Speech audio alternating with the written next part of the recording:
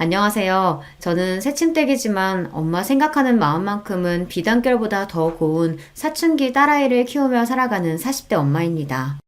지금은 딸아이와 마치 둘도 없는 단짝 친구처럼 투닥투닥 즐겁게 지내고 있지만 사실 제가 제 아이한테 참 미안한 게 많아요. 엄마가 심적으로 불안정할 때가 있어서 아이를 불안하게 만든 전적이 있거든요. 지금도 제 눈에는 마냥 아기 같은데 그때는 지금보다 더 어렸을 때니까 제가 참 죄가 많은 엄마입니다. 자식 앞에서는 무슨 일이 있어도 평정심을 유지하고 아이가 상처받지 않도록 노력해야 하는 게 부모의 도리이지만 그때는 그것조차 쉽지 않을 정도로 힘든 시간을 보내야 했어요. 바로 제 처자식 나몰라라고 밖으로 놔둔 남편 때문이었습니다. 아무리 부부 사이에 아이가 있으면 이혼이 쉽지 않다고 하지만 그놈은 자식 핑계로 제가 이혼이라고는 상상조차 못하리라고 생각하고 제멋대로 설치고 다녔어요. 제가 속을 보통 끓인 게 아니에요. 무려 저보다 잘났다는 여자를 만나 놀아난 남편이었습니다. 그런데도 저와 딸아이한테 미안해하기는커녕 뻔뻔하게 그지없는 인간이 바로 그놈인데요. 야, 너 같으면 너보다 더 잘난 여자 나타나서 관심 있어 하면 안 넘어가겠어? 너라고 별 수 있었겠냐고. 이게 이렇게 사람 취급도 못 받고 이 수모까지 당해야 할 정도로 내가 잘못한 거야? 어? 그래도 내가 우리 지 아빠인데. 이 정신 나간 놈이. 야, 너 말 잘했다. 결혼해서 새끼까지 딸린 놈이 똑바로 살 생각은 못하고 제 마누라, 제 자식 새끼 얼굴에 똥칠을 해? 그래놓고도 감히 네 놈이 우리 지아를 입에 올려? 이 금수마트 못한 새끼야. 내가 나랑 내 새끼 기만한 놈을 그럼 가만히 두고 볼 줄 알았어? 아무리 아이 아버지라고 할지라도 내 자식 생각이라고는 한 톨도 안 하는 놈을 언제까지 마냥 두고만 봐줄 수 있겠습니까? 저 역시 속이 썩어 문드러질 때까지 가슴을 치고 이를 간 끝에 결국은 제 모든 걸 다 걸고 그놈에게 철저한 복수를 감행하게 되었습니다. 사건은 지금으로부터 1년 전 무렵에 일어났어요. 당시 저는 결혼 10년 차를 넘긴 가정주부였습니다. 저희 딸아이가 12살 때였어요. 아이 나이를 보시면 아시겠지만 속도 위반으로 생긴 아이였습니다. 사실 제가 지금 남편과 그렇게 꼭 결혼하고 싶은 마음은 없었어요. 당시 소개팅을 통해 처음 만났던 남편을 2년 넘게 만나고는 있었지만 저도 직장 생활을 하고 있었고 제 생활이 꽤 만족스러웠습니다. 집안이 엄한 편이었기 때문에 본가에서 잘할 때는 할 수 없었던 취미 생활이나 저 편할 대로 지내는 일상이 참 좋았거든요. 가급적이면 결혼 전에 이런 시간을 충분히 가진 후에 천천히 결혼을 하고 싶었습니다. 서경 씨는 가만 보면 우리 관계를 너무 가볍게 생각하는 것 같아. 나는 처음부터 서경 씨 아니면 결혼할 생각 없다고 할 정도로 우리 관계에 진지한데 꼭 나만 그런 것 같아. 아이, 그럴 리가 있어. 나도 태훈 씨한테 마음 없었으면 뭐하러 일부러 시간 내서 사람을 만나겠어. 내 성격 안 그런 거 잘 알잖아. 네, 제가 워낙 집순이였던지라 그 말이 틀린 건 아니었어요. 굳이 별일 없는데 외출해서 사람 만나고 그러는 게 저는 좀 피곤하더라고요. 그래서 그때까지 그 나이가 차도록 변변하게 연애도 길게 지속하지 못했었습니다. 연애라는 게 생각보다 노력이 많이 필요한 일이더라고요. 지금도 매일같이 밖에서 데이트하는 젊은 커플들을 보고 있으면 둘 다 에너지가 참 대단하다 하고 싶고 그래요. 그러니 비록 저보다 남편이 제게 더 적극적으로 다가왔다고 해도 남편에게 아예 애정이 없었더라면 저도 그렇게 수고스러운 일을 하지는 않았겠죠. 비록 결혼에 대한 견해가 서로 다르긴 했지만 말입니다. 그래서 결혼 전에 저는 피임을 참 열심히 했다고 생각하는데 또 모르죠. 남편은 호시탐탐 저랑 결혼할 기회만 엿보았으니 저 모르게 저한테 거짓말하고 피임에 소홀했을지도요. 완벽한 피임이라는 건 없다고들 하니 100% 확신을 하기는 어렵습니다만 솔직히 저는 지금도 남편이 조금 의심스럽기는 합니다. 그거야 후일담이고 어떻게 생겼든지 언제 생겼든지 간에 제 딸아이가 제 인생 그 무엇과도 바꿀 수 없는 제게 가장 소중한 존재라는 것은 변함이 없습니다. 그 아비가 어떤 인간인지와는 별개로 아이는 제게 그 이전까지는 전혀 알지 못했던 새로운 영역으로 제 삶을 확장해준 제게는 우주와도 같은 존재니까요. 워낙 보수적이고 가부장적이셨던 저희 친정아버지는 막내딸의 혼전 임신 소식에 노발대발하셨습니다. 당연히 귀한 딸 시집도 가기 전에 덜컥 임신부터 시키는 예비사위를 못 잡아먹어서 안달이셨습니다. 그러면서도 주변에 소문이라도 날까 싶어 전전긍긍 하셨으니 저희 결혼은 사실상 예정되어 있던 거나 마찬가지였어요. 남편 역시 저희 집안 사정이 그런 걸 진작 알고 있었으니 제가 결혼 전에 임신하게 되면 무조건 저랑 결혼할 수 있다는 것도 알고 있었겠죠. 비록 그 일로 장인어른의 못마땅한 사이가 되었지만 말입니다. 그래도 결혼 허락받을 때까지는 저희 아버지 앞에서 미안한 척이라도 하더니 결혼에 성공하고 나니 그때부터는 저희 아버지한테 잘 보일 노력조차 안 하더라고요. 그야말로 결혼 자체가 목적이었지 싶습니다. 살갑게 굴어도 쉽게 화가 풀리지 않을 판에 남의 딸 도둑질하듯 데려간 사위가 저희 집에서도 예뻐 보일 수 없었겠죠. 아마 결혼하고 나서라도 그 사람이 저희 집에 좀 살갑게 굴었다면 그 정도까지 되지는 않았을 텐데. 덕분에 결혼 생활 내내 남편과 저희 친정 간의 관계는 그리 좋지 못했습니다. 저희 부모님한테 안부 전화 한번 제대로 드리지 않은 것은 말할 것도 없고 명절에 자기 본가 드리는 건 당연하게 생각하면서 저희 집에는 한번 가봐야 하지 않겠냐는 빈말 한마디 안 하더라고요. 당신 진짜 해도 해도 너무한다. 당신만 자식이야? 나도 우리 집에서는 귀한 자식이야. 명절 당일 내내 당신 집에서 뼈가 빠지게 나 혼자 일했으면 당신도 우리 집에 얼굴 한번 비춰야 맞는 거 아니야? 그렇다고 우리 집에서 당신 집처럼 당신한테 일을 시키기로 했어 뭐했어. 내 오는 음식 한 끼 먹고 오는 것도 그렇게 못하겠어? 명절 연휴 며칠이나 된다고 거기까지도 갔다 오냐?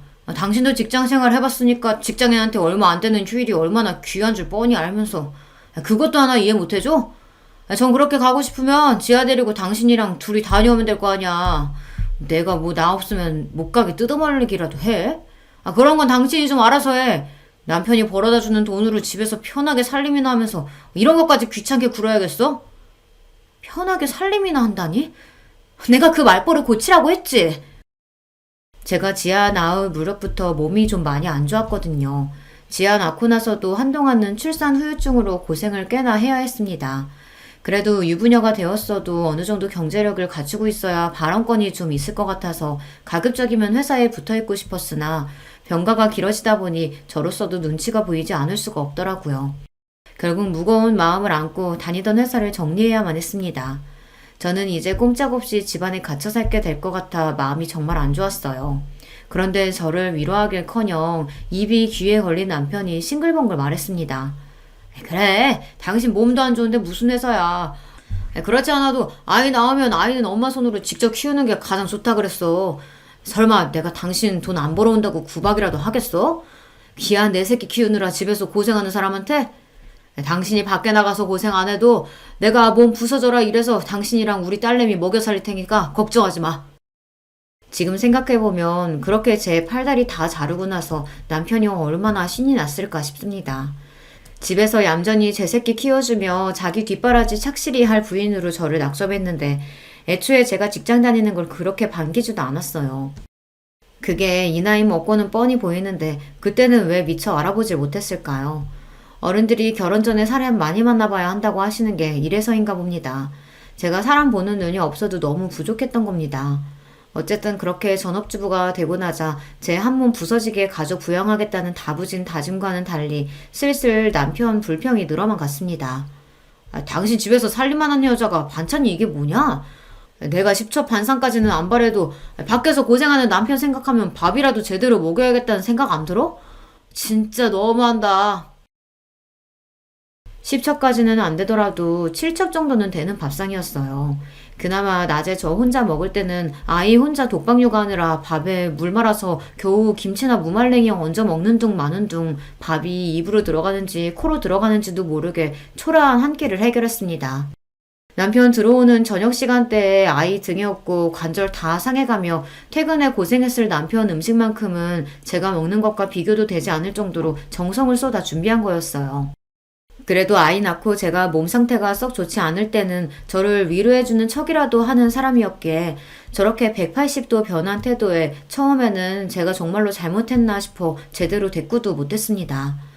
저 혼자 서운한 마음에 울기도 여러 번이었습니다. 곧 그게 그놈이 제 마누라를 길들이겠다고 부린 패악이라는 걸 깨닫고 그 다음부터는 밥상머리에서 타박하면 밥삭이고 뭐고 싹 걷어치워버렸지만 말이에요. 여보, 내가 잘못하긴 했는데 그래도 음식 귀한 줄도 모르고 해놓은 것까지 싹 갖다 버리는 건 좀 그랬어.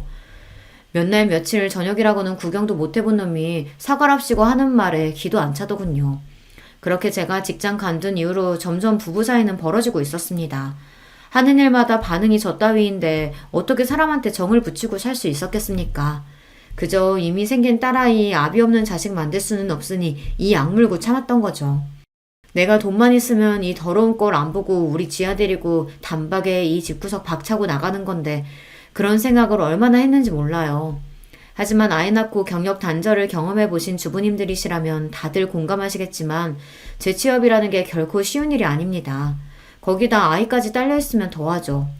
중년 여성들이 일할 수 있는 자리가 마트 캐셔밖에 없다는 소리가 괜히 나온 소리는 아니더라고요. 저도 아이 재워놓고 남편 몰래 조금이라도 돈 벌 수 있는 방법이 없을까 취업 사이트를 뒤적이다 한숨을 쉬며 덮은 적이 한두 번이 아니었습니다. 그나마도 아직 아이가 유치원도 가지 않았던 당시로서는 혼자서 집에서 독박 육아하고 있는 제가 할 수 있는 일이라고는 없었어요. 아이 키우는 것만으로도 정말 잠이 모자랄 지경이었으니까요. 자연히 남편한테는 관심이 많이 벌어졌습니다. 대화가 길어지면 꼭 사람 말투리를 잡고 늘어지는 사람이니 길게 대화를 하고 싶지도 않았습니다. 저와 몇 번의 기싸움 끝에 제가 쉽게 자기 뜻대로 고분고분해질 유형의 인간이 아님을 파악했는지 이제 남편도 특별히 할 말이 없으면 굳이 저한테 말을 붙이지는 않더라고요. 부부라고 하기엔 다소 삭막하다고 느껴질 수 있지만 애초에 저희 관계를 이런 식으로 몰아간 것 역시 남편이었습니다. 솔직히 제 입장에서는 남편에 대한 원망이 적지 않았습니다. 우리 딸이 제게 존재 자체가 축복인 것과는 별개로 아이가 생기는 과정 역시 제 입장에서는 석연치 않았어요. 결혼 이후 저나 저희 친정을 대하는 태도도 실망스럽게 짝이 없었습니다. 거기다 제가 직장 관두고 싶어 하지 않는다는 걸 뻔히 알면서 제가 회사 정리할 때 보였던 그 즐겁기 짝이 없는 태도는 또 어떻고요.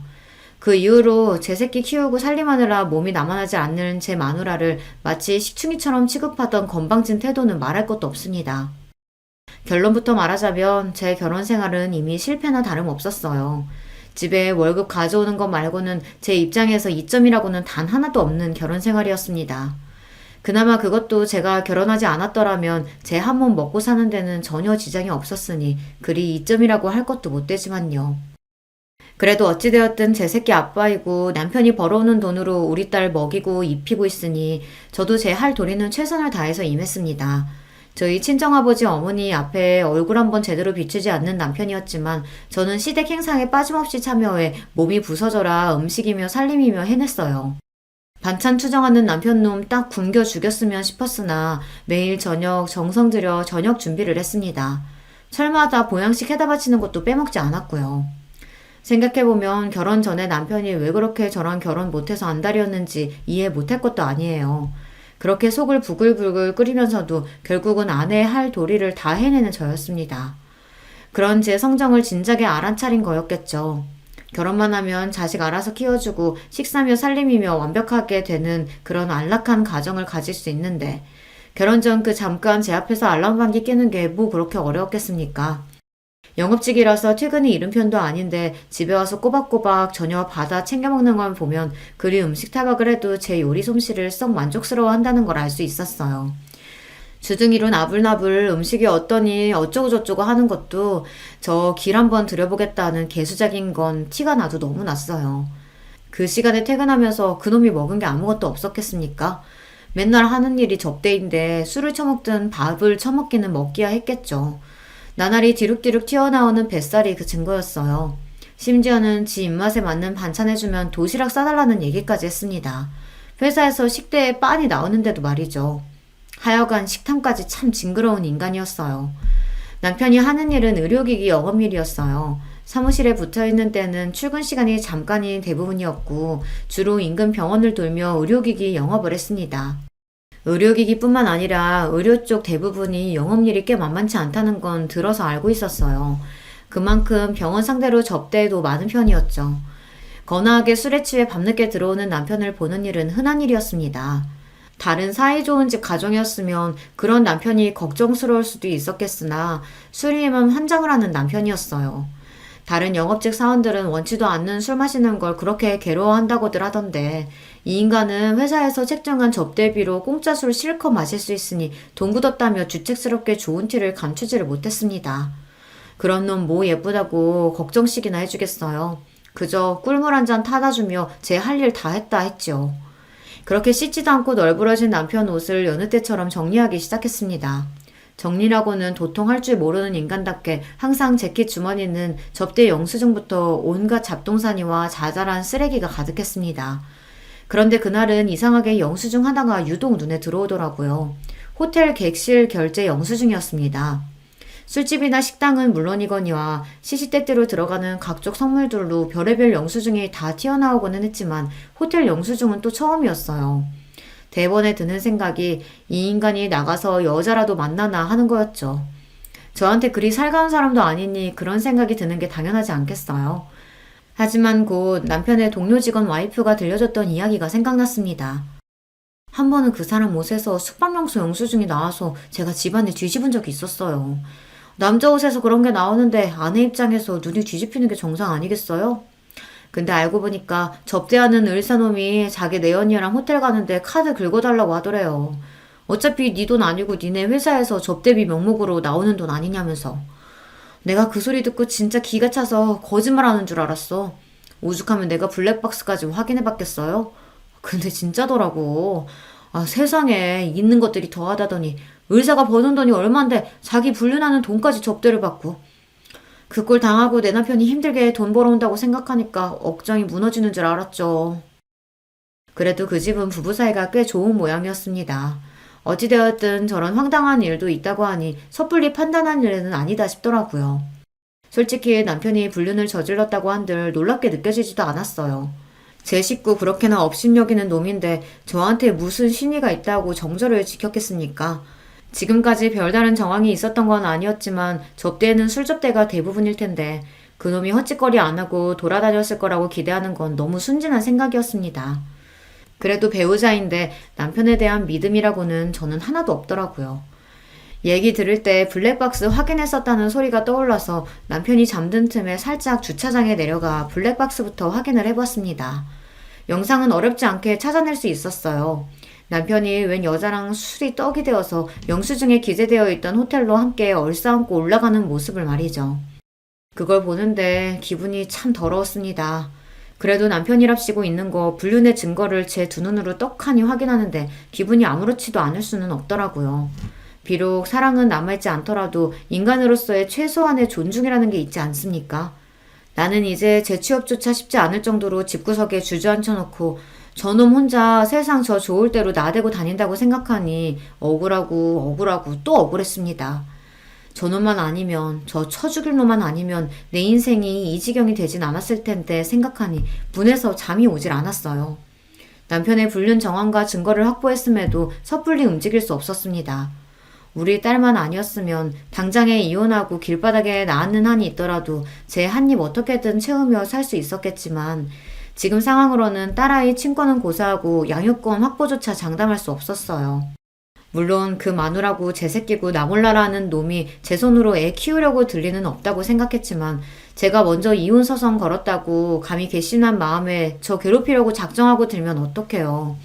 실제로 이혼할 때 남편 쪽이 불륜 등으로 명백한 유책 배우자임에도 불구하고 여자 쪽이 경제력이 없어서 친권과 양육권을 전부 남편 쪽으로 가져가는 일이 드물지 않다고 들었습니다. 남편이 실제 양육에 관여할 의사가 없어도 전 부인에 대한 복수심으로 괴롭히려고 들 심산으로 양육권까지 싹 빼앗아 갔다고요. 한마디로 아이 엄마 입장에서는 아이 뺏기는 것만큼 괴로운 일이 없으니 어디 너 한번 당해봐라 하는 거죠. 그러고는 할머니에게 애 떠넘기는 일이 부지기수라고요.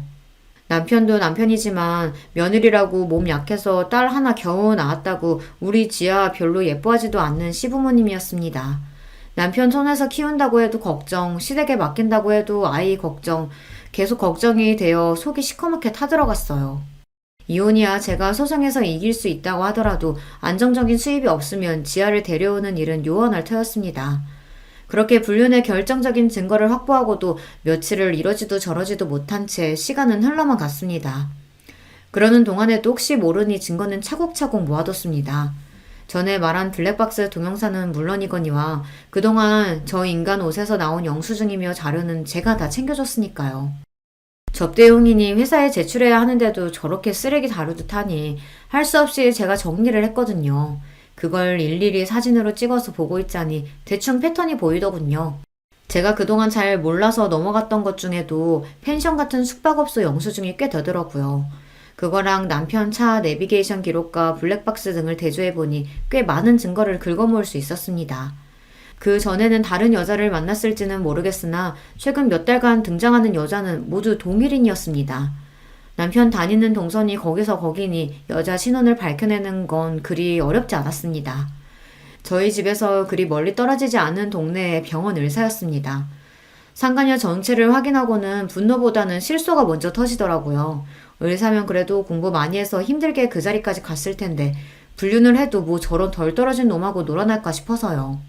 얼굴이 잘생기기래 몸매가 좋기를 해 배 튀어나온 중년 영업직 아저씨 뭐가 좋다고 저러고 사나 생각하니 그 잘난 여자가 애잔하기까지 했습니다. 답은 쉽게 찾을 수 있었어요. 저나 저희 친정 식구들한테는 그렇게 자기가 윗사람이라도 되는 듯 거만을 떨던 남편놈이 그 여자한테는 거의 종이라도 된 것처럼 굽신거리더라고요. 현지 씨는 뭐래도 이렇게 세련됐어요? 선물하는 사람 보람있게. 우리 마누라는 뭘 걸쳐놔도 거적대게 같은 게 사람이 집에서 애 키우고 살림만 할 줄 알지 여자라고는 매력이라고는 하나도 없어요. 그러니 내가 현지 씨한테 이렇게 사족을 못 쓰지. 상간녀 앞에서 제 마누라 깎아내리며 좋다고 낄낄대는 눈꼴을 보니 당장에 찢어 죽이고 싶었습니다. 저라고 남자로서 매력이라고는 코털만큼도 없는 저 같은 놈하고 살고 싶어서 같이 사는 줄 알아요. 우리 지아 아니었으면 진작 버렸을 놈이 감히 상간녀라는 여자 앞에서 저를 여자로서 전혀 가치도 없다는 식으로 이야기하자 수치심에 몸이 덜덜 떨렸습니다. 그 이후로도 갖은 더러운 음담패설을 주고받으며 꼴값을 떨고 있는 연놈들을 보고 있자니 구역질이 나서 참을 수가 없었습니다. 저는 결국 참지 못하고 새벽에 기어들어와 자빠져 있는 놈에게 물을 한 바가지 퍼다 물벼락을 내렸습니다. 이게 뭐야? 당신 미쳤어? 미치긴 네 놈이 미쳤지. 이 더러운 불륜놈 새끼야. 제가 소리를 빽 지르자 생각지도 못했던 일격에 놈 얼굴이 싹 굳어버렸습니다. 그러고는 벌떡 일어나 제 양 어깨를 우악스럽게 틀어쥐고 흔들어댔어요. 야, 너 그거 어떻게 알았어? 어? 이거 놔. 안 놔? 놔, 이 새끼야!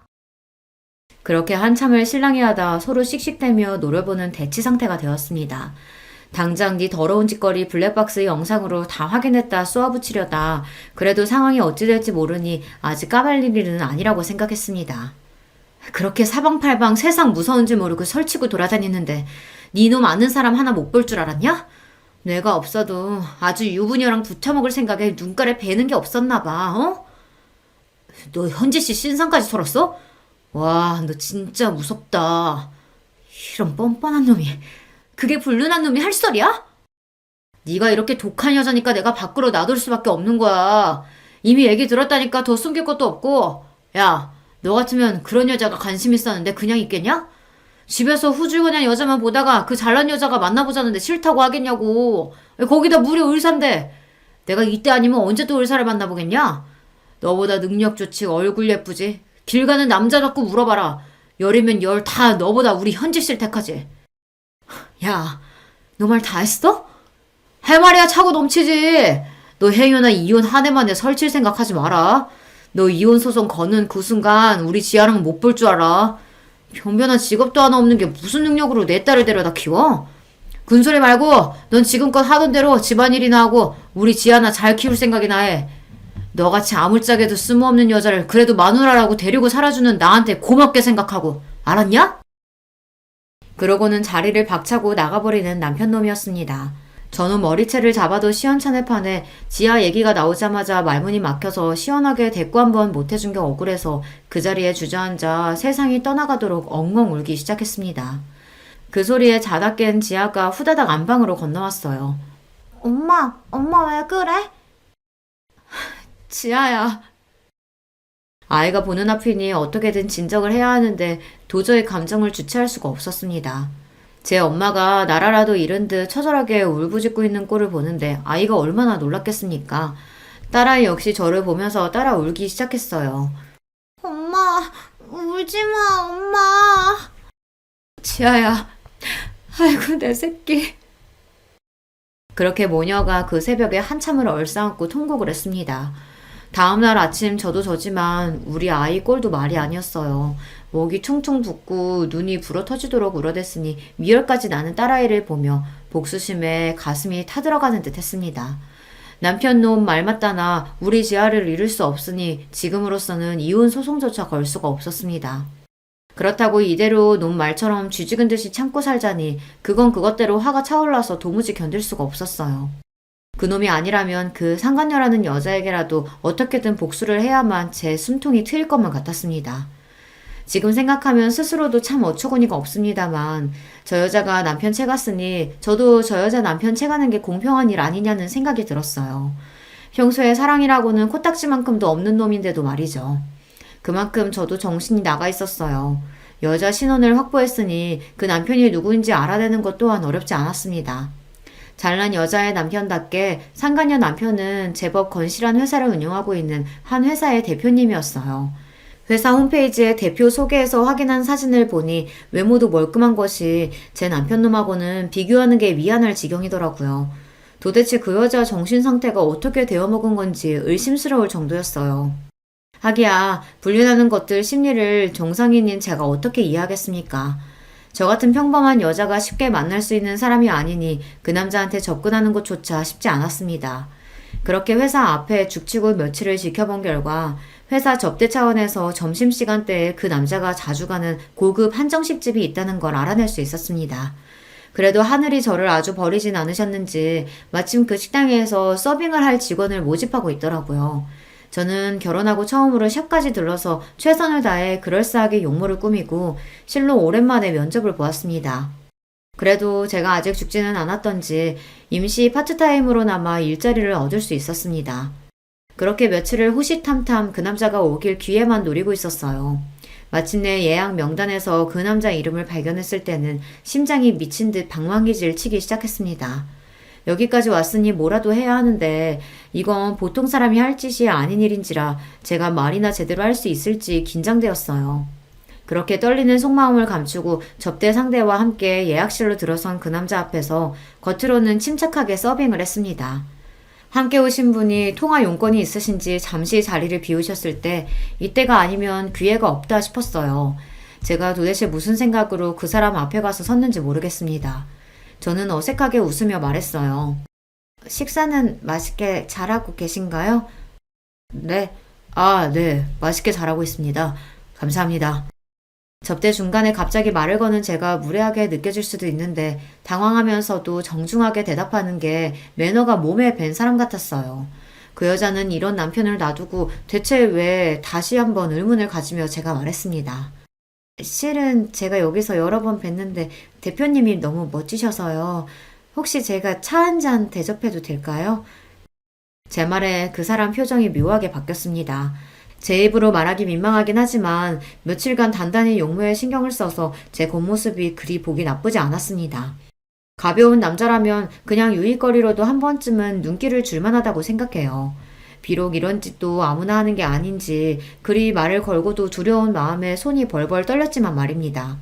하지만 그 사람 반응은 단호했어요. 혹시 모르시고 하신 말씀인지 몰라 말씀드리자면 저 유부남입니다. 아들도 둘이나 있고요. 지금 그 말씀은 못 들은 걸로 할게요. 잠깐만. 저도 모르게 당황해서 물컵을 실수로 쳐서 넘어뜨렸습니다. 제 손이 벌벌 떨리는 걸 그 사람도 분명 보았을 거예요. 분명한 거절 의사에 저도 모르게 안도하는 마음이 들었다는 걸 깨닫자 순간 저 스스로가 너무 한심해서 수치심을 견디기가 어려웠어요. 뒷말을 잇지 못하고 제가 눈물만 뚝뚝 떨구자 갑작스러운 상황에 그분도 당황스러워 보였어요. 간신히 눈물을 추스르고 기어들어가는 목소리로 제가 말했습니다. 정말 죄송합니다. 제가 이러려고 그런 건 아니었는데. 김현지 씨 남편분 되시죠? 제가 꼭 드려야 할 말씀이 있어서 실례를 무릅쓰고 들어왔어요. 정말 죄송합니다. 죄송합니다. 그분도 얼마나 황당했겠습니까?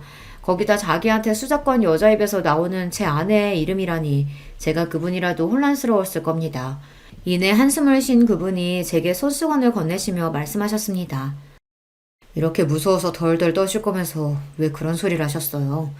무슨 일인지는 모르겠지만 대화가 필요할 것 같네요. 그렇게 뜻밖에도 상간녀의 남편과 제대로 된 대화의 기회를 얻게 되었습니다. 아내의 불륜 사실을 폭로하는 낯선 여자의 말에 그분 눈동자가 세차게 흔들렸으나 저한테 증거 자료가 이미 너무나 많았습니다. 결국 아내의 불륜 사실을 받아들이고 참담하게 일그러진 표정을 보니 죄송한 마음이었지만 그분이 좋은 분 같아서 더더욱 이 사실을 모르고 살기에는 아까운 분이라는 생각이 들었습니다. 알고 보니 상간녀와 상간녀 남편 사이에는 쌍둥이 아들까지 있더라고요. 저 유복한 가정에 눈에 넣어도 아프지 않을 귀한 아들들의 자기는 을사식이나 되는 완벽한 인생을 살고 있는 여자가 도대체 뭐가 아쉬워서 제 남편놈 같은 모자란 놈하고 그리 더럽게 놀아난 건지 다시 한번 그 여자 속내를 이해할 수가 없어 답답해졌습니다.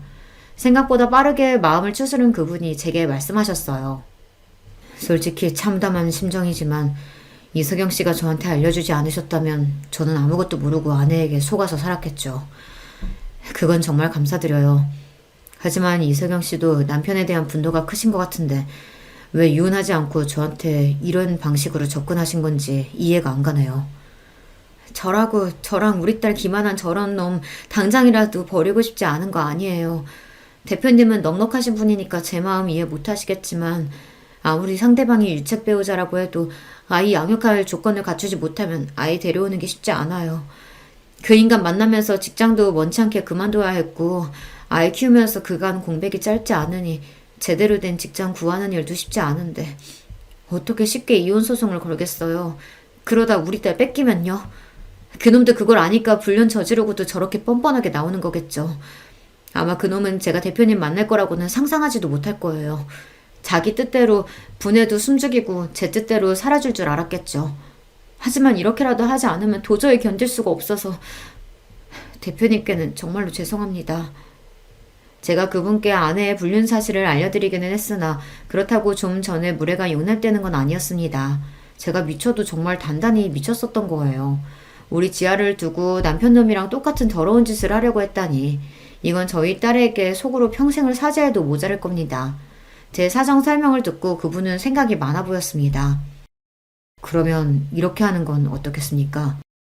그렇게 그분 입에서 나온 말은 제 입장에서는 두 눈이 번쩍 뜨일 정도로 실로 놀라운 것들이었습니다. 그렇게 저희는 그날 날이 다 저물도록 두 눈을 형형히 빛내며 오랜 시간 심도 있는 대화를 나눴습니다.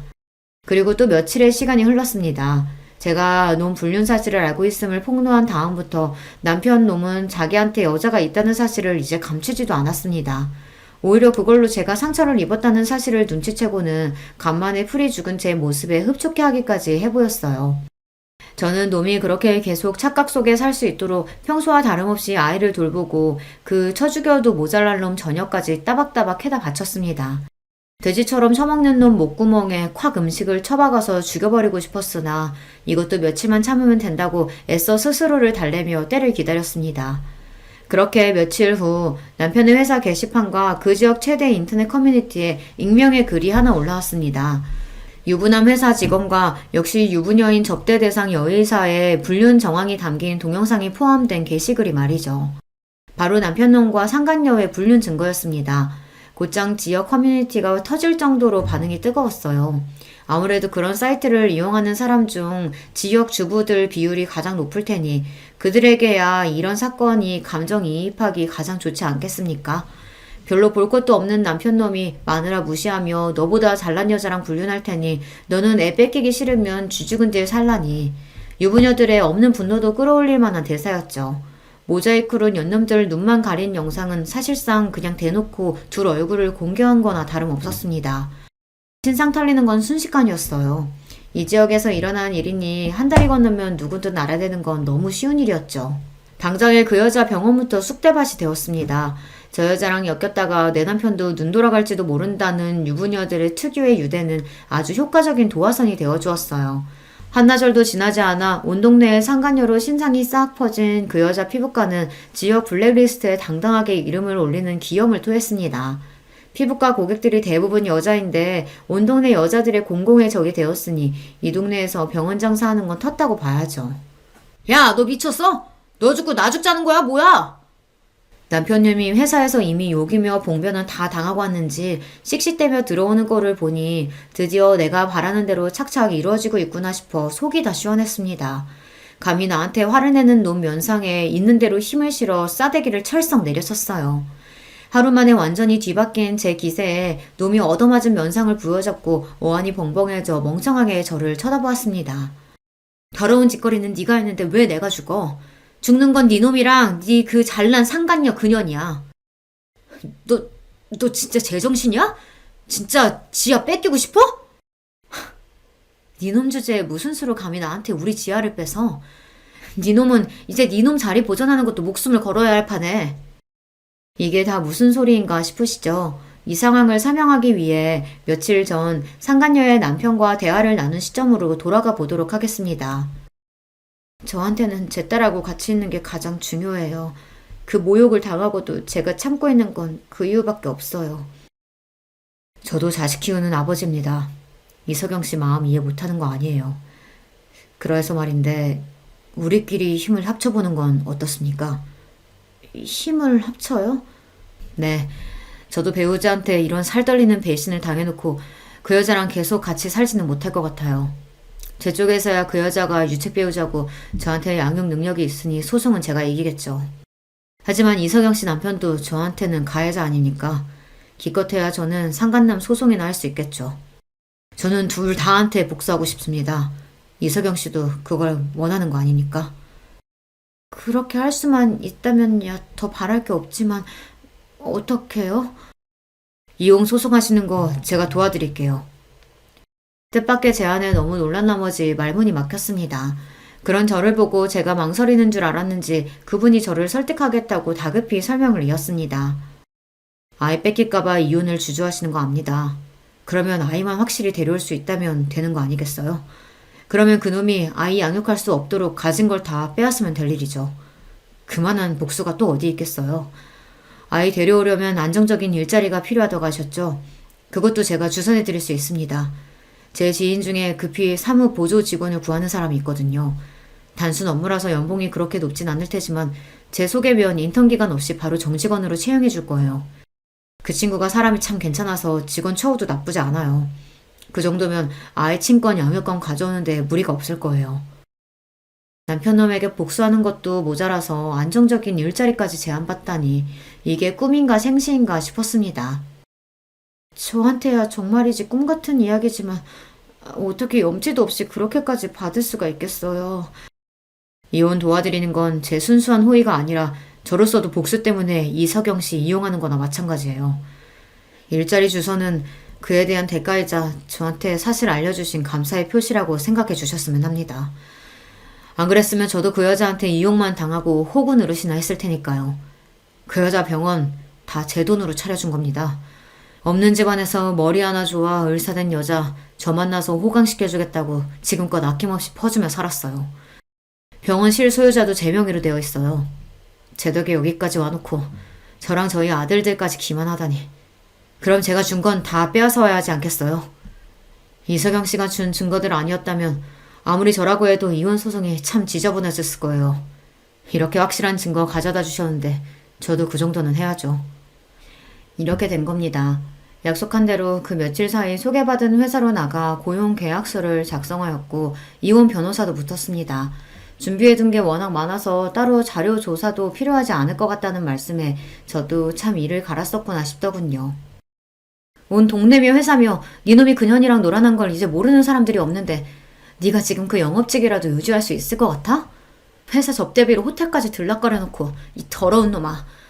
감히 니놈이 내 딸을 인질로 삼고 나를 협박해?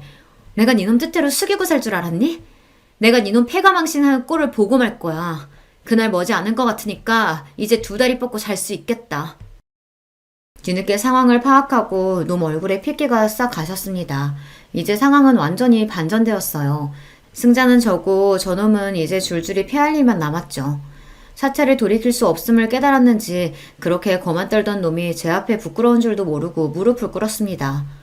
여보, 제발 나 좀 살려줘. 나 우리 지아 아빠잖아. 천륜을 어떻게 끊어. 지아도 아빠가 회사 쫓겨나고 알고지돼서 집까지 쫓겨난다면 얼마나 마음이 아프겠어. 우리 지아를 봐서라도 제발 여보. 그 더러운 입 닥쳐. 나를 우리 친정 식구들을 사람 취급도 안 한 주제, 자식이라고 한 번 살갑게 안아주지도 않은 주제, 니놈이 무슨 아비 자격이 있다고. 너 같은 쓰레기 같은 놈은 우리 지하 옆에서 꺼져주는 게 마지막 아비로서 할 도리야. 그리 잘났다는 네 상간녀년이랑 껴안고 같이 살면 되겠네. 아, 그 여자도 지금쯤 집에서 쫓겨났을 테니 이제 서로 별 볼 일 없으려나? 밖에 추운데 둘이 껴안고 있으면 좀 덜 춥지 않겠어? 꼴도 보기 싫으니까 내 집에서 썩 꺼져. 그렇게 그 더러운 상간남을 제 집에서 쫓아버렸습니다. 정말이지 기분이 날아갈 것만 같았습니다. 놈을 제 인생에서, 우리 딸아이 인생에서 치워버릴 수 있다니 이게 꿈인가 생시인가 싶었습니다. 아마 그분 도움이 없었더라면 이런 시원한 결말은 상상조차 할 수 없었겠죠. 비록 배우자의 불륜 때문에 만난 얄궂은 인연이기는 합니다만 저한테는 분명 귀인이 틀림없었습니다. 더러운 불륜 이야기에 회사 이름이 떡하니 들어가게 만들었으니 회사 윗선에서도 남편놈에게 노발대발했습니다. 가서 계약 따오라고 쥐어준 회사 돈으로 제 불륜 노름하는 데 쓴 것도 모자라 호텔비까지 댔으니 명백한 횡령이기도 했죠. 남편이 해고되기까지는 긴 시간이 걸리지 않았습니다. 어디 해고뿐이겠어요. 회사 이름에 먹칠한 것도 모자라 횡령까지, 회사에서 놈에게 소송까지 들어갔더라고요. 무려 사측에서 개인에게 건 소송인데 놈 주제에 당해낼 지간이 있겠어요. 결국 거액의 배상금까지 물게 되었는데 그놈이 무슨 재간으로 그걸 갚아나갈지는 궁금하지도 않네요. 이혼 소송은 볼 것도 없이 저의 대승으로 끝났습니다. 불륜에 자녀 양육권을 두고 협박까지, 죄질이 너무 안 좋아 그런지 재판부에서도 이례적으로 많은 위자료를 책정해 주었습니다. 덕분에 지금 저희가 사는 집은 완전히 제 명의가 되었어요. 우리 딸 친권, 양육권도 당연히 저한테 왔죠. 놈에게 양육비가 책정되기는 했으나 놈 주제에 그거 보낼 능력이 있을까 모르겠네요. 양육비 안 보내면 저도 애 얼굴 보여주지 않을 좋을 구실이 될 테니 뭐 아쉽지는 않습니다. 상견녀 집안 역시 쑥대밭이 되었습니다. 잘난 아들 부족한 집에 장가 보낸 것도 아쉬웠는데 그 며느리라는 여자가 불륜까지 해서 아들을 기만했으니 그 시댁도 가만히 있지 않더라고요. 상간녀 남편이 소송으로 아이들 친권, 양육권을 빼앗고 병원 빼앗은 것과는 별개로 지역사회에서 힘 좀 쓰신다는 시댁 어른들 서슬퍼른 기세에 상간녀는 다른 병원에 페이닥터로조차 들어가지 못하고 단칸방에 틀어박혀 바깥 외출도 못하고 지낸다고 합니다. 잘난 남편의 빵빵한 시댁의 좋은 직업까지, 세상 모든 일이 제 뜻대로만 될 줄 알았을 그 여자니 실패가 더욱 쓰게 느껴질 터였습니다. 그러게 왜 굴러들어온 복을 걷어찹니까? 저 같으면 감사합니다 하고 성실하고 행복하게 살았을 텐데. 역시 공부머리랑 사람 지혜는 참 다른 영역인가 봐요. 상간녀 남편으로부터는 일이 다 끝나고 나서 감사 인사를 받았습니다. 아이 선물까지 잔뜩 보내셔서 손사래를 쳤으나 끝까지 저한테는 참 좋은 분이셨어요. 우리 아이들 그런 여자 밑에서 자라지 않게 할 수 있게 한 것만으로도 이석영 씨한테 평생 갚지 못할 빚을 진 거나 다름없습니다. 부디 거절하지 마시고 따님한테 잘 전달해 주세요. 앞으로 따님과 두 분이서 잘 지내시길 바랄게요. 그 이후로 그분과 따로 연락하고 지내지는 않습니다. 고마운 인연이긴 하지만 사실 서로 껄끄러운 관계이기도 하죠. 마음으로나마 저 역시 그분과 그 아드님들이 부디 잘 지내시기를 진심으로 바라고 있어요.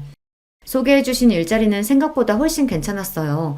말씀하신 대로 직원 처우가 굉장히 좋아 일에 적응하기도 수월했습니다. 정시 퇴근하고 집에 돌아오면 학원 마치고 돌아온 아이와 둘이 좋아하는 음식을 번갈아 함께 만들어 먹으며 즐거운 저녁 시간을 보내곤 합니다.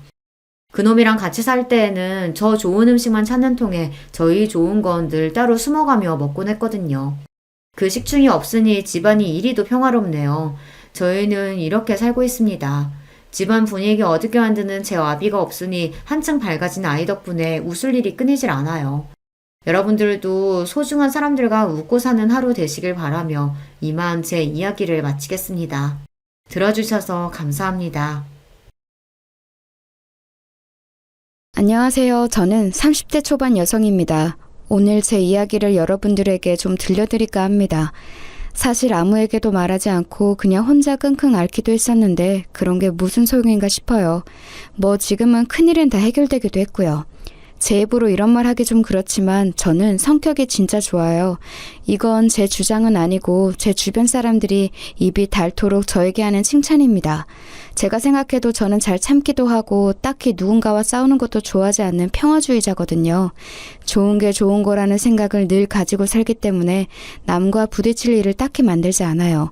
혹시 누가 와서 부딪히려고 해도 제가 피하는 타입입니다. 그래서 남들이 볼 땐 정말 무던하고 잘 참고 또 성격이 좋은 걸로 보이죠. 실제로도 그렇고요. 그런데 그런 저에게도 도저히 참을 수 없는 일이 생긴 적이 있거든요. 오늘은 그 일에 대해 이야기를 하려 합니다. 우선 그 일을 제대로 잘 이야기하려면 저의 배경부터 설명을 해야겠네요. 그니까 집안 환경, 학벌, 사람들이 흔히들 이야기하는 조건이라는 건 말입니다. 저는 부유한 집안에서 나고 자란 편이에요. 그렇지만 사람들은 그런 줄 잘 모릅니다. 왜냐고요? 그건 정말 유별난 저희 부모님의 지론 때문이에요.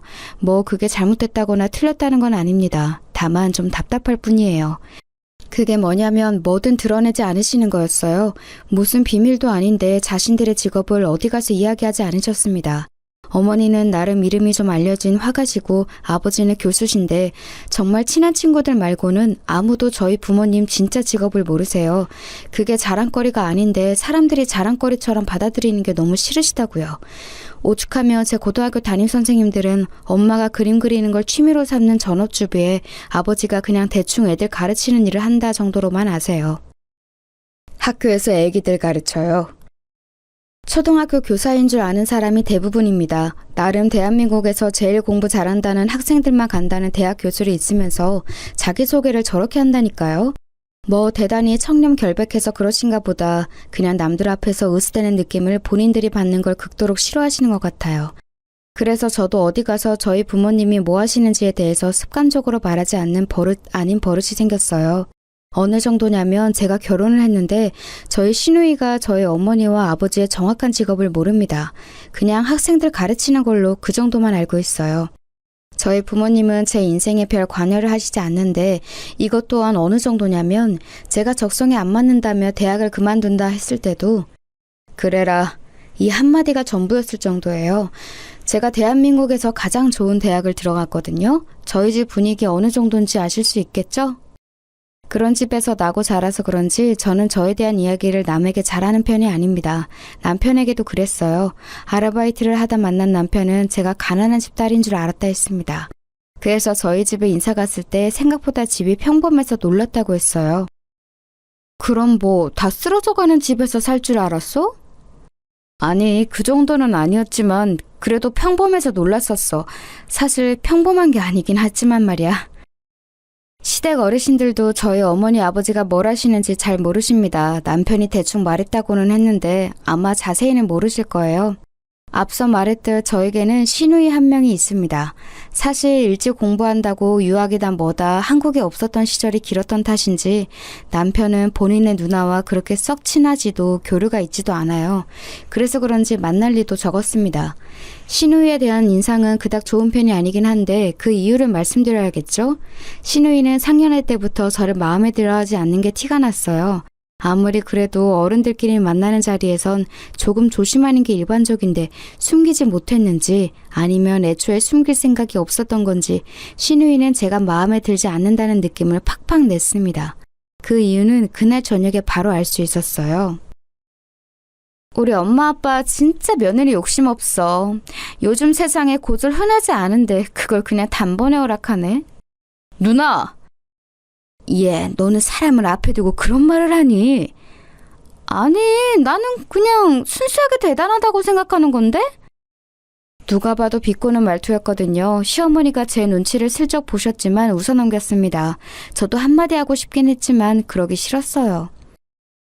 그냥 다 말하지. 자기 학교 어디 나왔는지나 집안 배경 같은 거. 그런 걸로 태도가 바뀌신다고 그게 진짜인 것도 아니고 괜히 이런저런 말 나오는 게 더 싫어 난.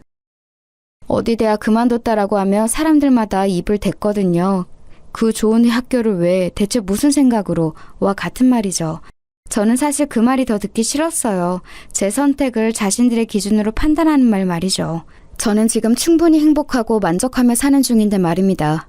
한 번은 그런 일이 있었던 적이 있어요. 엄마의 지인분 중 한 분이 제가 학교를 다니지 않는 것 같으니 제가 무슨 일을 하는지 왜 학교를 다니지 않는지 꼬치꼬치 물어보시다가 제 대답을 듣고 거의 1시간 가까이 잔소리하신 적이 있거든요.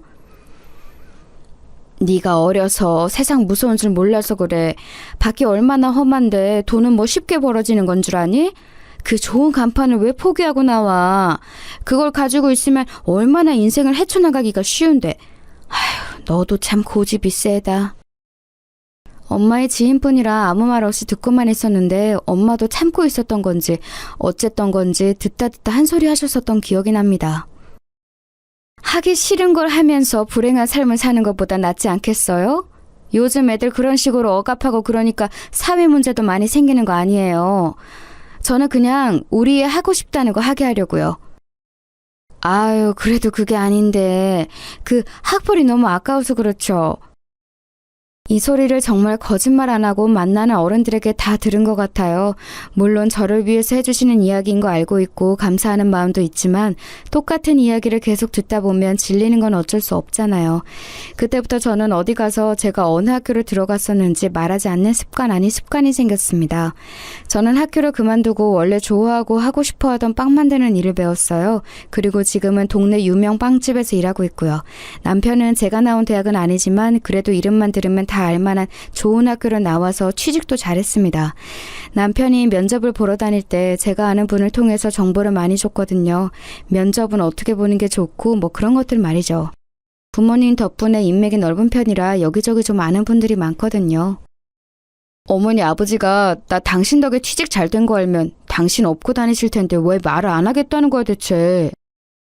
그게 부담스러운 거야 자기야.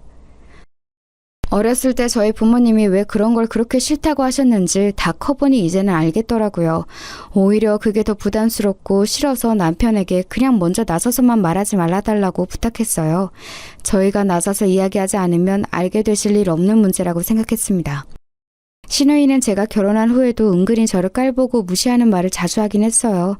남편에게 들어보니 신우이는 어렸을 때부터 본인이 공부를 잘하는 것 그리고 학벌에 대한 집착이 좀 있었다고 하긴 하더라고요.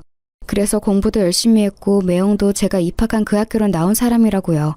한날은 뉴스를 보면서 열심히 우리나라 경제에 대해 이야기하다가 저와 눈이 마주쳤어요. 그러자 피익 웃으며 그러더군요. 누가 봐도 저를 깔보는 느낌이 묻어있는 말투와 표정이었어요. 아, 올케는 이런 어려운 이야기 못 알아듣나? 기본적으로 자기보다 못하다고, 그러니까 특히 학벌이 낮다고 생각하는 사람에 대한 무시와 우월감이 상당한 사람이었습니다. 뭐 그러려니 했어요. 그래봐야 자주 만나는 사람도 아닌데다가 저는 성격이 무던한 편이라 그런 이야기를 들어도 막 화가 나진 않거든요. 애초에 사실이 아니기도 하고요. 신우이가 나온 대학보다 제가 입학한 학교가 더 좋은 학교였거든요. 그렇게 뭐 기분은 나쁘지만 큰일은 없는 상태로 나름 잘 지냈습니다. 기본적으로 남편과 저는 사이가 좋은 편이었던지라 딱히 영향을 받지 않기로 했고 말이죠. 그러던 어느 날이었어요. 남편이 이러더군요. 아마 그냥 지나가는 이야기로 한 것 같았습니다. 누나가 교수 임용을 준비하나 봐. 박사학위 때문에 논문을 쓰고 있다는 이야기는 들었었는데 교수를 준비한다는 소식에 어느 학교인지를 물었습니다. 근데 뜻밖의 저희 아버지가 몸담고 계시는 학교였더라고요. 지금은 안식년이시라 2년째 쉬고 계시긴 했지만요. 그래서 아마 더 짐작도 못하시긴 했을 거예요. 저희 아버지가 유명한 교수님이라는 사실을 말입니다. 저희 아버지는 학계에선 나름 유명한 분이세요. 항상 늘 틀어박혀서 논문만 쓰고 공부만 하시기 때문에 아버지 수업을 듣는 학생들이나 동료 교수들 말고는 아버지 얼굴을 아는 사람은 많지 않지만 아버지 이름은 아는 사람이 많습니다. 신우이가 교수를 준비한다길래 들어보니 그 학교 학장님이랑 저랑 아는 사이더라고요. 아버지와 친하신 분이었어요. 모르면 몰랐지 알게 됐으니 그냥 넘어가기 좀 그렇긴 하더라고요. 내가 한마디 해줄까? 우리 신우이 누구라고? 뭐하러, 장인어른 그런 거 싫어하시잖아. 그래도 잘 되면 좋으니까. 자기 진짜 속도 좋다. 우리 누나한테 그런 소리를 듣고도 막 도와주고 싶어? 자기 누나니까 그렇지. 남편은 괜찮다고 하지 말라고 했지만 사실 준비를 한다는데 제가 아는 모르는 바닥도 아니고 알면서 모른 척하기가 좀 그렇더라고요. 그래서 친정을 간 날 아버지에게 슬쩍 말하긴 했어요. 신우이가 문학장님 계신 학교에 교수 임용 준비한대. 내 이야기 했어? 모른다며. 지금도 몰라. 말한 적 없어. 뭐 굳이 가족된 사람들한테까지 숨겨. 그렇게까지는 안 해도 돼. 딱히 숨긴다기보다 귀찮은 일 많아지는 게 싫은 거지. 엄마 아빠 누구다 하며 부탁 들어오는 게 한두 개인 줄 알아? 그랬더니 아버지가 허허거리며 미안하다고 하시더군요. 그리고 얼마 뒤에 전화가 왔어요. 문학장님께 딸내미 신우이가 거기 교수 지원한다고 했더니 이름 물어봐서 말해줬다고. 본의 아니게 백을 쓴 것 같았지만 뭐 실력이 아예 안 되는 사람은 아니었거든요, 신우이가. 그래서 그냥 좀 도와줬다고만 생각했어요. 뭘 바란 것도 아니었고요, 사실. 그리고 얼마 뒤 교수 임명이 확정되었다고 시댁에서 전화가 왔습니다. 그래서 가족들끼리 다 같이 밥을 먹기로 했다고요. 가서 말해. 자기가 도와줬다고. 뭐하러 그런 소리를 해. 그러자고 한 것도 아니고. 나는 진짜 말 한마디 보탠 건데. 그리고 이렇게 한번 해줬다 그러면 다른 부탁도 여기저기서 들어오는 거 진짜 귀찮아. 나는 완전 생색내고 싶을 것 같은데 자기네 진짜 신기하단 말이야. 저는 정말 순수하게 생색낼 생각 없이 신우이를 축하만 해주러 나간 자리였습니다. 그런데 그 자리에서 일이 터졌어요. 요즘은 이혼이 흠도 아니잖아. 갑자기 뜬금없이 대화의 주제를 이혼으로 돌리더라고요. 저는 갑자기 그러기에 요즘 신우네 부부 사이가 좋지 않나 하는 생각만 하고 있었습니다. 그런데 그 화살은 저희를 향한 거였더라고요. 너희 애도 없잖아. 그거 지금 우리한테 하는 소리야? 너 이번에 승진 누락됐다며? 사실 얼마 전에 남편이 승진 시험을 봤는데 잘 봤다고 잘 될 것 같다는 이야기를 한 것과 달리 발표에는 남편 이름이 없었거든요. 그래서 그냥 자기보다 시험을 잘 본 사람이 있나 보다 했는데 그게 아니었던 겁니다. 실은 남편의 승진이 누락되는 과정에서 윗선의 개입이 있었고 남편 대신 승진한 사람의 부인이 그 윗선의 누군가의 부인과 동문이라는 이야기가 회사 내에 파다하게 소문이 돌았다더라고요. 남편과 저는 몰랐지만 그 이야기를 듣고 나서도 막 엄청 억울하거나 아쉽다거나 하진 않았어요. 워낙 낙관적인 성격들이라 다음에 또 기회가 있겠지 하고 넘겼었습니다. 그런데 신우이가 그 이야기를 어디서 듣고 왔는지 알고 있더라고요. 남편이 약간 짜증난다는 말투로 신우이를 보면서 말을 이어갔습니다. 그게 무슨 상관이 돼 대체? 요즘같이 인맥이 다한 시대에 물론 나는 인맥 없이 실력으로 된 거지만 그래도 대부분은 인맥이나 학벌이 다잖아. 그래서? 네가 부인을 잘 만났어 봐. 이번 승진도 네가 됐겠지. 네가 훨씬 평판도 좋고 시험도 잘 봤다며? 그게 그거랑 무슨 상관인데? 내가 승진 하나 하겠다고 와이프랑 이혼이라도 해야 한다는 거야? 단순히 네 승진 문제가 아니잖아? 앞으로 주구장창 네 앞길을 막을 텐데. 내가 무슨 대단한 일을 한다고 부인이 학력이 좋지 않다는 이유 하나만으로 이혼을 해? 누나 지금 제정신이야? 저는 진짜 어이가 없어서 가만히 쳐다보고만 있었거든요. 시댁 어르신들이 말려보려 했지만 이미 이성을 잃은 듯 신우이는 입에서 나오는 말을 생각 없이 그냥 뱉고 있었어요. 교수 임명되자마자 여기저기서 가족들은 뭐하냐 물어보는데 내가 쪽팔려서 올케가 뭐하는 사람인지도 말을 못하잖아. 교수인 사람이 올케가 고졸이라고 하면 사람들이 뭐라고 생각하겠어? 어? 그러니까 결국 누나가 쪽팔리니까 나보고 이혼을 하라는 거네. 나 생각해주는 척 하더니 너한테도 그게 좋으니까 하는 말 아니야.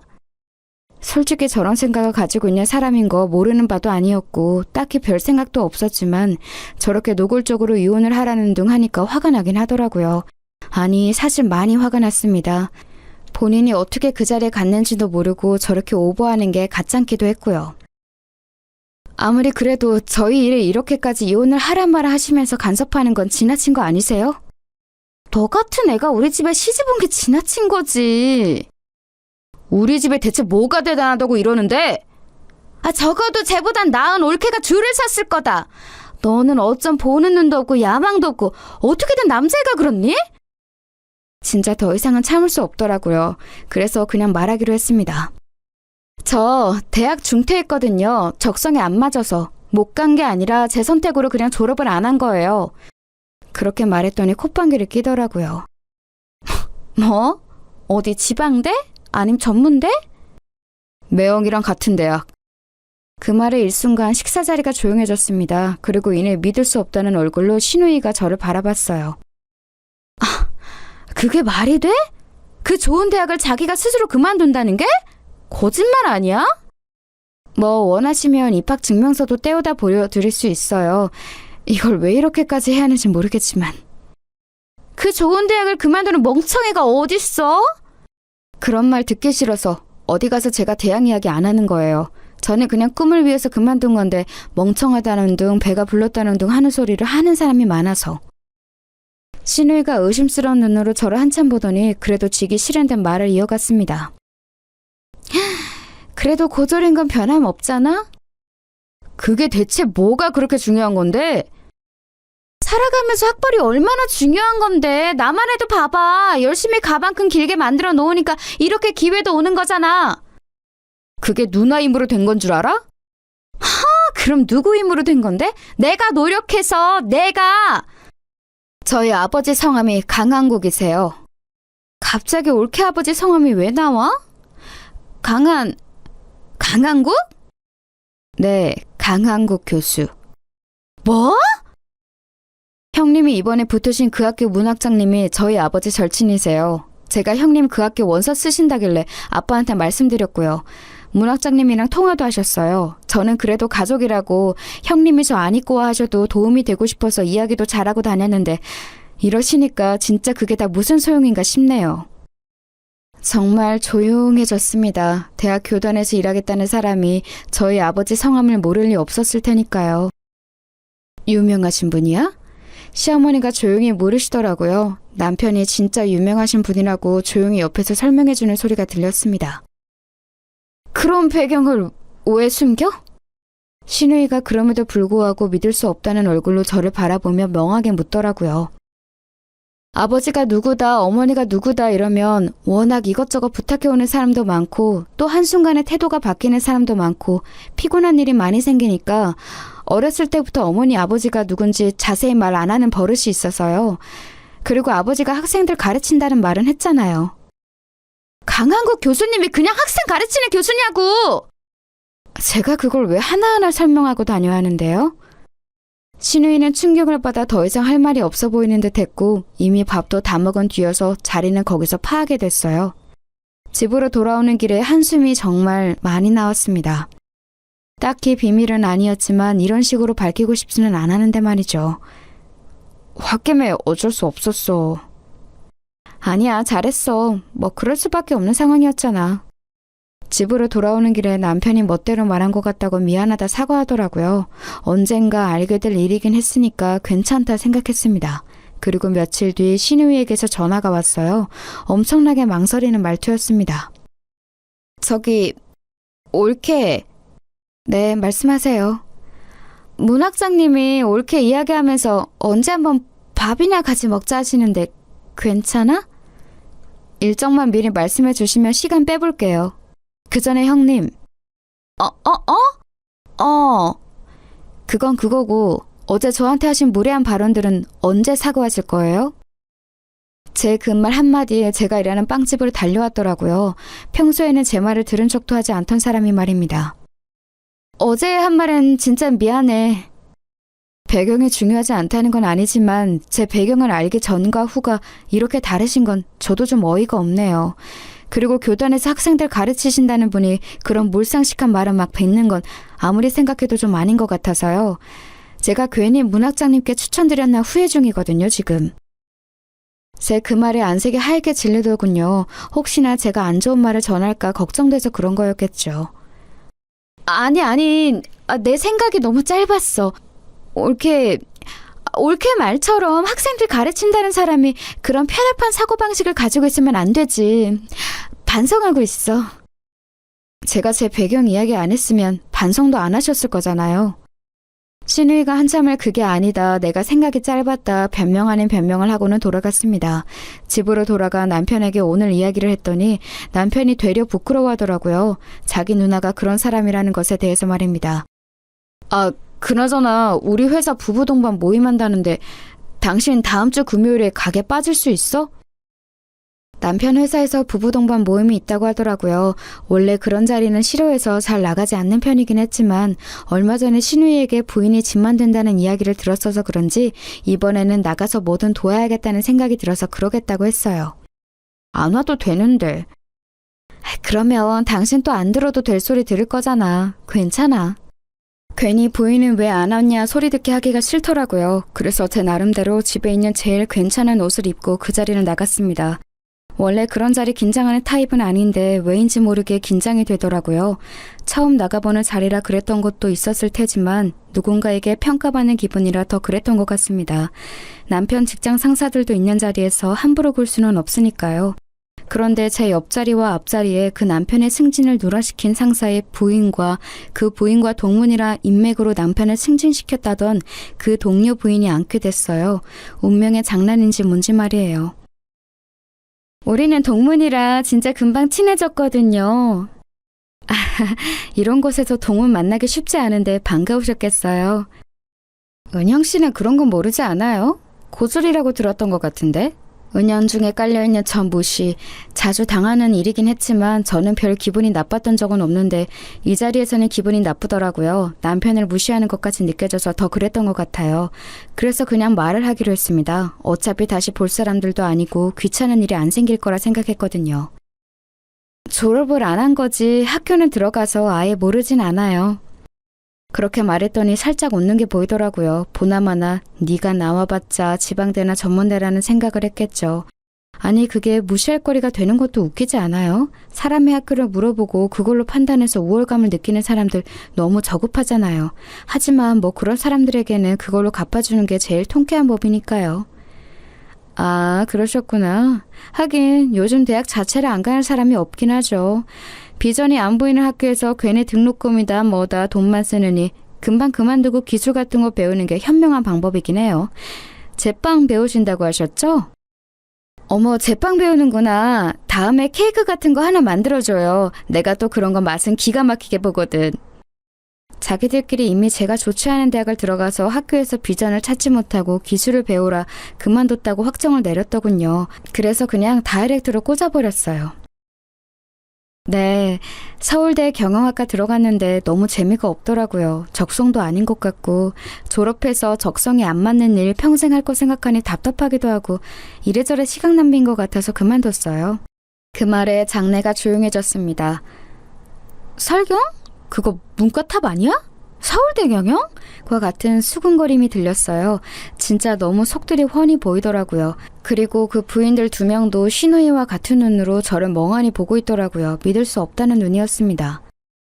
서울대 경영이요? 네.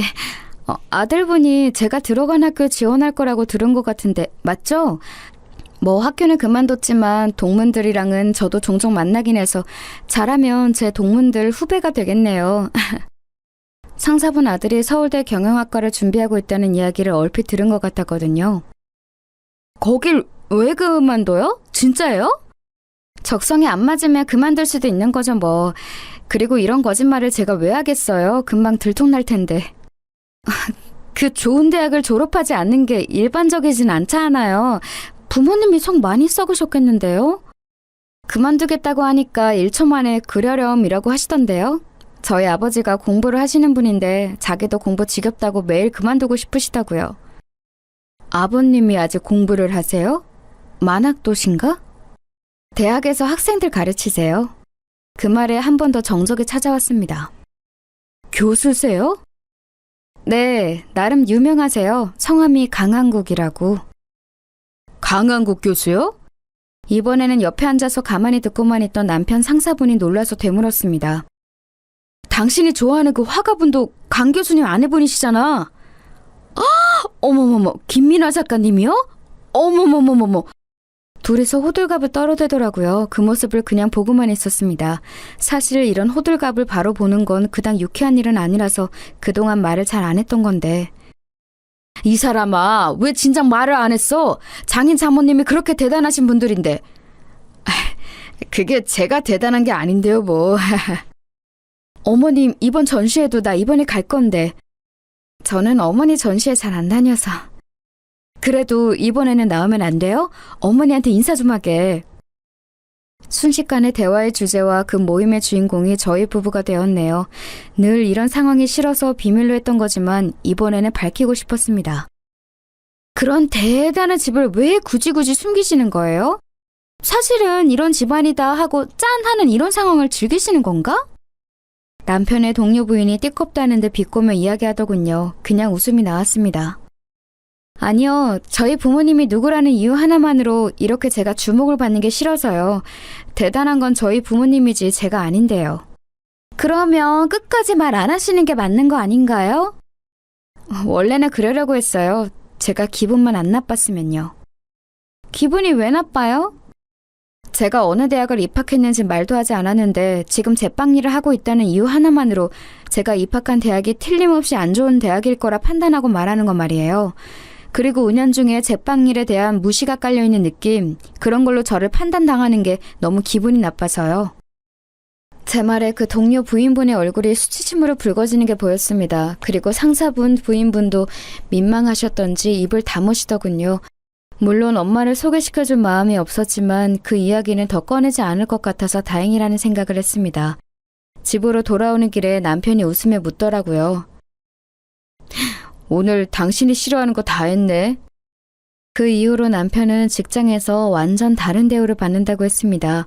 심지어 저희 아빠의 사유라는 게 위에 어느 분 귀에 들어갔는지 팬이라고 사인을 받아달라는 요청과 한번 사내 강의를 모시고 싶다는 부탁 같은 걸 해왔던 모양이에요. 남편이 왜 제가 어디 가서 부모님 이야기를 안 하는지 너무 알겠다고 공감해 주더라고요. 아버지는 흔쾌히 남편의 회사에 강연을 나가기로 하셨어요. 그냥 그런 말도 들었다더라 라고만 말했지 해달라고 부탁은 하지 않았거든요. 그런데 요즘은 강의를 쉰 지 너무 오래되었고 학생들 아닌 사람들 앞에서 강의도 한번 해보고 싶으셨다고 말이죠. 그렇게 아버지가 남편 회사에 강의를 다녀오고 나서 남편은 회사에서 높으신 분들에게 돌아가면서 감사 인사를 받았다고 하더라고요. 그 이야기를 전해 들으셨는지 시댁에서도 고맙다는 전화를 받았습니다. 뭐 인맥이든 뭐든 쓸 수 있는 건 써가면서 사는 것도 나쁘지 않다는 생각이 들긴 했었어요. 그리고 얼마 뒤 시누이가 말한 식사 자리가 있었어요. 아버지 지인인 학장님과 시누이 그리고 저 이렇게 세 사람이 말입니다. 아이고 은영아 이게 얼마만이냐 잘 지냈어? 저야 뭐 늘 좋죠. 아저씨도 건강하시죠? 그럼 아버지는 잘 지내시지? 두 분 자주 안 보세요? 나 보면 일하는 것 같다고 안 만나줘. 안식년을 제대로 만끽 중이잖아 그 사람. 하하호호거리며 이야기를 나누고 있는데 신우가 누가 봐도 끼고 싶어하는 얼굴로 저를 보고 있길래 말을 걸었습니다. 아 저희 형님이랑은 이미 인사도 다 하고 그랬지. 그럼 옳게 이야기도 많이 했어. 칭찬을 엄청 하시던데? 은영이가 좀 싹싹하고 착해야지. 내가 은영이 어렸을 때부터 은영이가 하는 말은 다 잘 들었어. 은영이가 하는 말은 다 맞았거든. 자네 그 신뢰를 높이 산 거야. 그럼요. 제가 옳게 복이 있네요. 아니 뭐 솔직히 웃기긴 했어요. 그렇게 고졸이네 뭐네 하면서 무시할 때는 언제고 이제 옳게 복이라니요. 물론 속으로 웃고 말았지만 말입니다. 식사 자리는 별 문제 없이 잘 마무리가 됐어요. 식사를 마치고 나오는 길에 신우이가 그러더군요. 고마워 옳게. 아니에요. 뭐 진심으로 고마워하는 얼굴이라기보다 해야 해서 하는 인사 같았지만 말입니다. 본인도 민망하긴 했겠죠. 그렇게 무시하던 옳게 되고 이렇게 보고 있으니 말입니다. 그렇게 또 얼마간의 시간이 흘렀어요. 아버지께 건너듣기로는 신우이는 강의도 곧잘하고 평판도 나쁘지 않은 것 같았습니다. 안에서 새는 바가지에 밖에서도 셀까봐 걱정을 많이 했는데 다행히 그렇지는 않은가 보더라고요. 사실 말실수 같은 걸 하면 어쩌나 걱정을 많이 했거든요. 그리고 섣불리 제 신우이라고 말했나 하는 후회도 하긴 했었고요. 그런데 이 걱정은 아니나 다를까 금방 현실이 되고 말았습니다. 왜 슬픈 예감은 언제나 들어맞는 걸까요? 사건의 발단은 이랬어요. 학교에서 저소득층 가정을 대상으로 학생들을 지원해주는 프로그램이 있는데 그 심사를 신우이가 했나 보더라고요. 그래서 자기 강의를 듣는 학생 중에 누가 어떤 환경인지를 좀 알게 되었던 모양입니다. 어떤 주제를 두고 학생과 논쟁을 하던 와중에 그 학생에게 엄청난 말실수를 한 것 같더라고요. 학생은 이 전공을 왜 듣는 건가? 그게 무슨 말씀이세요? 듣고 싶으니까 듣죠? 학생 집안 형편이 듣고 싶다고 듣고 이런 형편이 아닐 텐데? 취직에 도움이 되는 학점 이수가 더 중요한 거 아닌가? 졸업하면 바로 취직을 해야지. 제 귀를 의심했습니다. 그런 생각을 한 것도 정말이지 이해할 수 없었지만 저는 제 신우이의 성품을 익히 알고 있으니까 그건 그렇다 치더라도 교수직이나 되는 사람이 학생들이 다 있는 자리에서 그런 저급한 말을 하다니요. 진짜 상상도 할 수 없는 일이 일어난 거였어요. 그 말을 듣는 당사자는 물론이거니와 그 강의를 듣는 모든 학생들이 순간 벙쪘다고 하더군요. 자기가 지금 무슨 말을 들었나 싶어서 말입니다. 학교는 그야말로 발칵 뒤집어졌습니다. 학교 게시판에 들이 올라오고 청원이 올라오고 대자보가 붙었어요. 요즘 같은 세상에 학생의 형편이나 집안 환경으로 자신의 우월감을 뽐내는 사람이 교수라니, 그것도 다른 학생들이 모두 듣는 강의에서 그런 발언을 한 신우이의 몰상식함에 모두가 경악을 금치 못했습니다. 지금 이 말을 하고 있는 저도 계속 어이가 없는데 다른 사람들은 물론 더 하겠죠. 신우이의 진짜 모습을 모르는 사람들 말이에요. 아저씨, 제가 정말 죄송합니다. 네가 잘못한 일은 아니지 않니? 하지만 나는 네가 걱정이구나, 은영아. 아저씨는 제가 그런 사람이 있는 집에 시집을 간 걸 걱정하고 있는 것 같았습니다. 그건 어머니, 아버지도 마찬가지였어요. 저희 부모님도 그 발언을 듣고 정말 경악을 금치 못하셨거든요. 어차피 1년에 몇 번 만나지도 않아요. 저희 집에서 유별난 사람이니까 걱정 마세요. 다들 좋으신 분들이에요. 걱정하는 부모님께 제가 어디 참고 살 사람이냐고 신우이만 그런 거다라고 몇 번을 말했는지 몰라요. 아무튼 그렇게 여기저기 전화를 받으며 저도 하기 싫은 이야기들을 해야 할 때쯤 신우이가 찾아왔습니다. 연락도 없이 말이죠. 그리고서는 저에게 우는 소리를 하기 시작했습니다. 뭐 예상을 하지 못한 바는 아니었어요. 올케, 진짜 한 번만 더 기회를 달라고 말 좀 전해줘. 나는 만나주지도 않으셔. 어떻게 대꾸를 해야 할지도 알 수 없어서 그냥 어이없이 바라보고 있었습니다. 그랬더니 완전히 매달리시듯이 하더군요. 내가 너무 잘못한 거 나도 너무 잘 알아. 하지만 한 번 실수잖아. 한 번은 봐줄 수도 있는 거 아니야? 만나주지도 않으시는 거 너무한 거 아니냐고. 울면서 그렇게 말하더라고요. 너무 큰 말실수고 여기저기 기사까지 뜬 일이라 바로 징계위가 열렸고 교수 해임 쪽으로 결론이 난 것 같더라고요. 학교 입장에서는 당연한 처사였습니다. 데려온 지 얼마 되지도 않은 새파랗게 어린 교수가 이런 대형 사고를 친 거니까 말입니다. 울며 저에게 빌고 있는 신우이를 보며 담담한 어조로 말했어요. 그 친구에게는 사과는 하셨어요? 했는데 사과를 받아줄 마음이 없대. 그 친구가 용서를 해야 다음도 있는 거 아니겠어요? 상처를 받은 당사자가 용서를 못하겠다는데 뭐 어떡해요? 그랬더니 신우가 본인 성격을 이기지 못하고 또 막말을 시작하더군요. 없이 산 애들은 이게 문제야. 그놈의 자격지심. 누가 그냥 한 말을 확대 해석해서 자기를 향한 공격으로 여기고 일을 키우고 문제 삼고 그런 거 말이야. 그냥 쿨하게 넘길 수도 있는 거잖아? 그게 안 돼, 없이 산 애들은. 저는 태어나서 형님처럼 교양 없고 생각 없이 말을 뱉는 사람은 처음 보거든요. 제 말에 신우이가 방금 무슨 소리를 들었나 한참 저를 바라보더군요. 뭐? 생각한 대로 다 뱉는다고 그게 말이 아니죠. 형님은 남을 상처 주는 말을 아무렇지 않게 하면서 자기 좀 안 좋은 소리 들었다고 이렇게 역정을 내시는데, 그 친구는 자기가 잘못하지도 않은 일로 그렇게 모욕적인 말을 들은 거니까요. 당연히 용서가 안 되는 거 아니겠어요? 그래서 내가 잘못했다고 했잖아. 잘못했다고 하면 아, 네, 그러시군요 하고 무조건 용서를 해야 하나요? 아직 용서를 못하겠어도? 형님은 그게 문제예요. 자기 일에는 파르르거리면서 조그만 일에도 크게 화를 내면서 자기가 한 몰상식하고 개념 없는 말에 남이 정당하게 화를 내는 건 이렇게 못 견뎌 하시니 제가 추천하면서도 괜한 사람 추천하나 싶었었는데 그 후회를 이렇게 빨리 다시 하게 만들어 주시다니 그것도 참 대단하시고요. 그래서 지금 학장님께 내 이야기를 해줄 수 없다는 말이야? 네. 제 그 말에 신우의 얼굴을 험악해지기 시작하더군요. 그래도 그치지 않고 말을 이어갔습니다.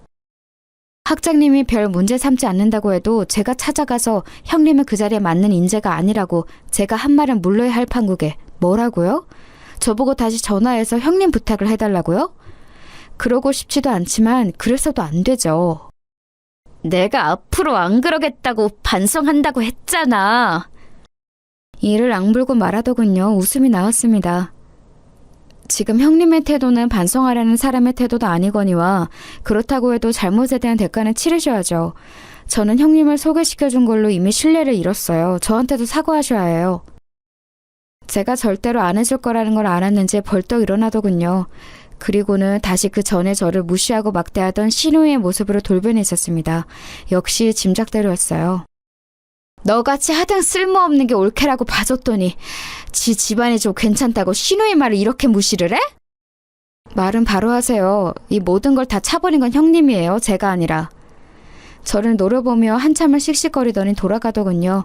그리고 시어머니에게 가서 말을 전했는지 시어머니도 저에게 전화가 왔습니다. 자기 불리한 건 쏙 빼놓고 별 큰 잘못도 아닌데 유난을 떨었다는 식으로 이야기했더라고요. 그래서 모든 사건의 정황을 정말 토시 하나 빠뜨리지 않고 상세하게 이야기했어요. 그랬더니 오히려 나쁘끄럽다며 사돈 어르신들에게 미안하다고 전해달라시더군요. 남편도 전화해서 한 소리 한 모양이었습니다. 그리고 시어머니와 시아버지도 마찬가지였고요. 시누이는 한동안 저에게 연락도 하지 않고 명절에는 제가 없는 날을 피해서 왔어요. 그러고 다시 교수를 준비한다는 이야기를 들었지만 얼마 뒤엔 다 그만뒀다는 이야기를 들었습니다. 당연하죠. 이미 소문이 날 대로 단 한 사람을 어느 학교에서 데려가겠어요. 그것도 그런 사건으로 말입니다. 학교는 금방 조용해졌다고 들었어요. 해당 사건을 일으킨 교수가 해임당하고 학교 측에서 학생에게 사과를 하면서 여론도 좋게 정리가 된 것 같더라고요. 혹시나 학교에 누가 됐으면 어쩌나 싶어서 밤에 잠도 설쳤는데 다행인 일이었죠 뭐. 시누이는 집에서 살림을 하고 있습니다. 그렇게 집에서 살림하는 여자들을 무시했거든요. 여자도 자기 개발을 해야 하네 어쩌네 하면서 말입니다. 제가 그 일도 너무 중요한 일이고 누군가는 해야 하는 일인데 무시를 하지 말라 하면 저 같은 애나 그런 생각을 하는 거라고 말이죠. 그런데 지금 그러고 있다는 게 너무 웃겼어요. 네 누나는 아직 정신 차리려면 멀었다. 어느 날 갔더니 남편에게 그렇게 말하더군요. 마트에서 어머님이랑 장을 보는 와중에 직원이랑 시비가 붙었는데 거기에서도 마트에서 일이나 하는 주제라고 했다가 어머니에게 뒤통수를 한 대 맞았대요. 그 나이에 말입니다. 다행히 마트 직원분이 큰 문제 삼지 않는 바람에 일이 커지지는 않았지만 어머니가 엄청 크게 화를 내신 모양이더라고요. 그 이후로 어머님이랑 있을 때는 말을 조심한다고 들었습니다. 뭐 다른 곳에서는 어쩌고 있는지는 몰라도 말이죠. 그런 생각을 해서도 안 되지만 그런 생각을 한다고 하더라도 사람이 말을 할 때는 정말 조심해야 한다는 걸 시누이를 보면서 많이 느꼈습니다. 그리고 저급한 말을 하면 한순간에 그 사람에 대한 신뢰도가 뭐건 다 떨어진다는 사실도 말이죠. 저희 시누이에 대한 이야기는 여기서 마무리할 것 같네요. 요즘은 딱히 얼굴 볼 일도 없어서 더 할 이야기도 없긴 하니까요. 아, 저희 남편 회사 일도 그 뒷이야기가 궁금하신 분들이 계시겠죠?